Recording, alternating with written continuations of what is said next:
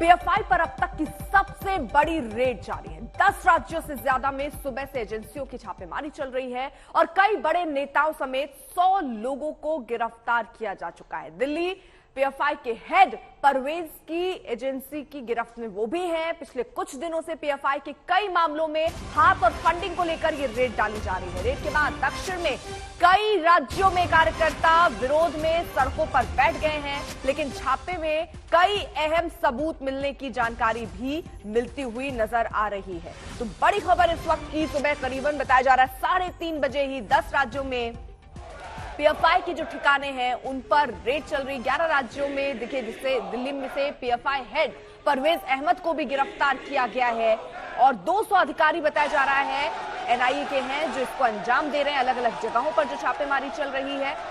अब सवाल यही आ रहा है कि दो बड़े ऐसे विवाद थे जिसमें पीएफआई का नाम सामने आया था। जुलाई में याद होगा, पटना पुलिस ने फुलवारी शरीफ में छापेमारी कर आतंकी साजिश का खुलासा किया था। खुलासे के मुताबिक आतंकियों के निशाने पर उस वक्त प्रधानमंत्री मोदी थे और इस केस में पीएफआई के कार्यकर्ताओं का नाम सामने आने के बाद सितंबर में एनआईए ने बिहार में छापेमारी की थी। लेकिन आज 10 राज्य ऐसे हैं जहां पर छापेमारी चल रही है। कर्नाटक के उडुपी में भी एक मामला सामने आया था। ये 2 बड़े विवाद मैं आपको बता दूं जल्दी से। कर्नाटक के उडुपी में इसी साल की शुरुआत में हिजाब का विवाद शुरू हुआ था और कर्नाटक सरकार के मुताबिक इस विवाद के पीछे भी पीएफआई के कार्यकर्ता थे। सरकार ने सुप्रीम कोर्ट में कहा कि पीएफआई की साजिश की वजह से कर्नाटक में हिजाब पर जो विवाद है वो पैदा हुआ है। लेकिन देश भर में अब देखिए छापेमारी एनआईए के हो रहे हैं और एनआईए के छापे को लेकर पीएफआई के जो कार्यकर्ता हैं वो भी सड़कों पर उतरकर विरोध कर रहे हैं। अलग अलग जगहों पर गिरफ्तारियां भी हो रही हैं। लेकिन अब केंद्र सरकार की सीधी नजर इस संगठन पर है, कैसे इनको फंडिंग होती है, क्योंकि अब ये बताया जा रहा है कि पीएफआई के नेटवर्क की मैपिंग करना शुरुआत कर्नाटक से, लेकिन देश के उन सभी इलाकों का एक मैप तैयार होगा जिससे पीएफआई से जुड़ा एक भी व्यक्ति रहता है। तो ये सारे एंगल हैं जिसकी वजह से ये जांच चल रही। जितेंद्र बहादुर हमारे साथ हमारे सहयोगी जुड़ चुके हैं। जितेंद्र, देखिए झारखंड में तो बैन, लेकिन अब केंद्र सरकार की भी नजर इस संगठन पर है कि कहां से फंडिंग होती है, क्या क्या एंगल है। काफी सबूत मिले और कई गिरफ्तारियां हुई हैं।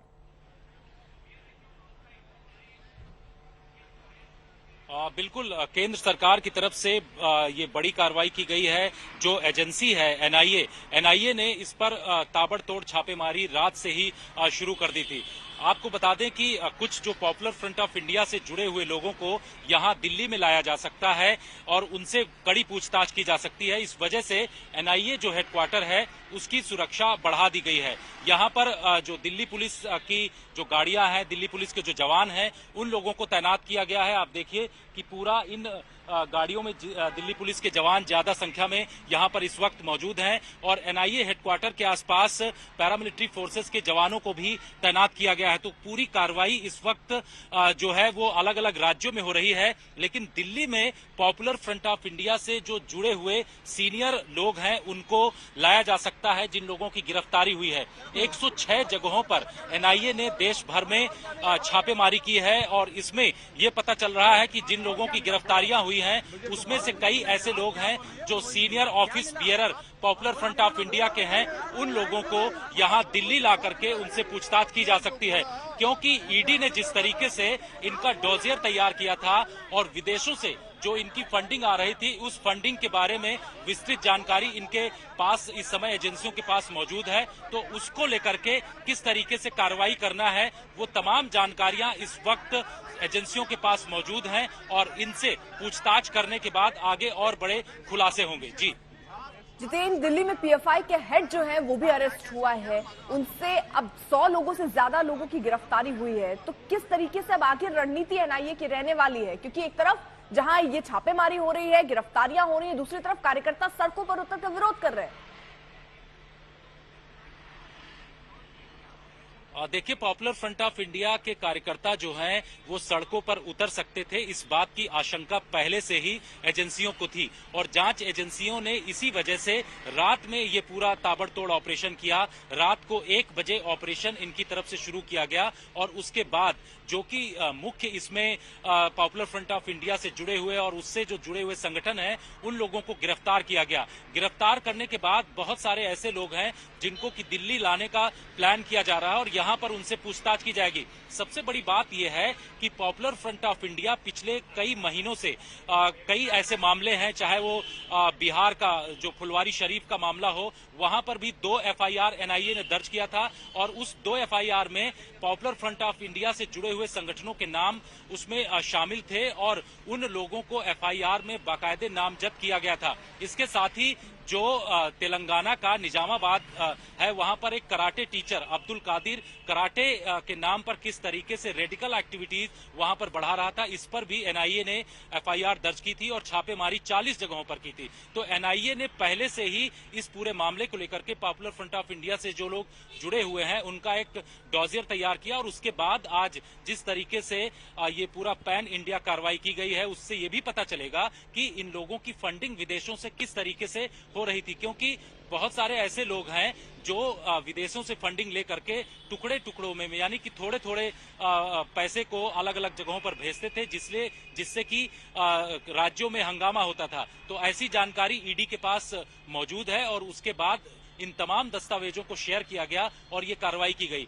आने वाले दिनों में जिस तरीके से सूत्र बताते हैं कि एनआईए ने जो पैन इंडिया कार्रवाई की है उससे कई सबूत मिलने के आसार दिखाई पड़ रहे हैं और उसके बाद ईडी के पास जो फंडिंग की डिटेल है उन तमाम चीजों को इकट्ठा करके कई राज्य सरकारों ने इस बात की मांग की है कि पॉपुलर फ्रंट ऑफ इंडिया पर बैन लगाया जाना चाहिए। तो हो सकता है कि आने वाले दिनों में पॉपुलर फ्रंट ऑफ इंडिया पर बड़ी कार्रवाई गृह मंत्रालय करे और बैन की ओर का जो रास्ता जाता है उस पर कदम बढ़ाए जा सकते हैं। हालांकि इसके पीछे तमाम सबूत इकट्ठे किए जा रहे हैं और उसके बाद ही इस पर बड़े कदम बढ़ाए जाएंगे। यानी जितेंद्र, अगर उसको आसान तरीके से समझें तो जिस तरीके से आप कह रहे हैं राज्यों की तरफ से अपील की जा रही थी झारखंड को छोड़ने, तो अभी बहुत सारे राज्य, झारखंड ने तो बैन किया और जगह चाह रहे हैं कि बैन किया जाए पीएफआई को। केंद्र की ये तैयारी थी, अगस्त में जो टीम गठित की गई थी, आज शायद उसी का नतीजा है। और आगे क्या आने वाले समय में यही तैयारी है कि संगठन में अगर ऐसे सबूत मिलते हैं तो इनको बैन किया जाए, सीधा तौर पर इसका यही मतलब निकाला जाए?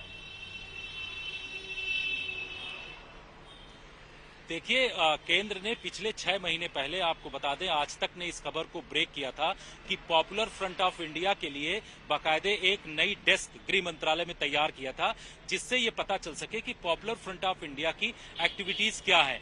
इनके ऊपर एनआईए, ईडी, इसके साथ ही आईबी की तरफ से नजर रखी जा रही थी और इस डेस्क के पास, जो कि गृह मंत्रालय में मौजूद है, उसके पास तमाम जानकारियां दी जा रही थी। जानकारी ये है, सूत्र बताते हैं कि यहां पर तमाम सबूत इस वक्त पीएफआई और उससे जुड़े हुए संगठनों के जो सबूत हैं वो मौजूद हैं और इसको लेकर के आने वाले दिनों में बड़ी कार्रवाई की जा सकती है, क्योंकि उत्तर प्रदेश ने ये मांग किया था कि पॉपुलर फ्रंट ऑफ इंडिया जिस तरीके से सीएए और एनआरसी को लेकर के, या फिर कानपुर में जिस तरीके से हंगामा हुआ, उसके बाद पॉपुलर फ्रंट ऑफ इंडिया का नाम आया, तो उत्तर प्रदेश सरकार की तरफ से कहा गया कि इस पर बैन लगाया जाना चाहिए। तो क्या इस पर गृह मंत्रालय आने वाले दिनों में विचार करेगा? क्योंकि जिस तरीके से पॉपुलर फ्रंट ऑफ इंडिया और उससे जुड़े हुए संगठन और उसकी गतिविधियों पर ताबड़तोड़ आज छापेमारी हुई है, उससे ये जताया जा रहा है कि ये तमाम सबूत इकट्ठे होने के बाद इनके ऊपर कड़ी कार्रवाई की जा सकती है।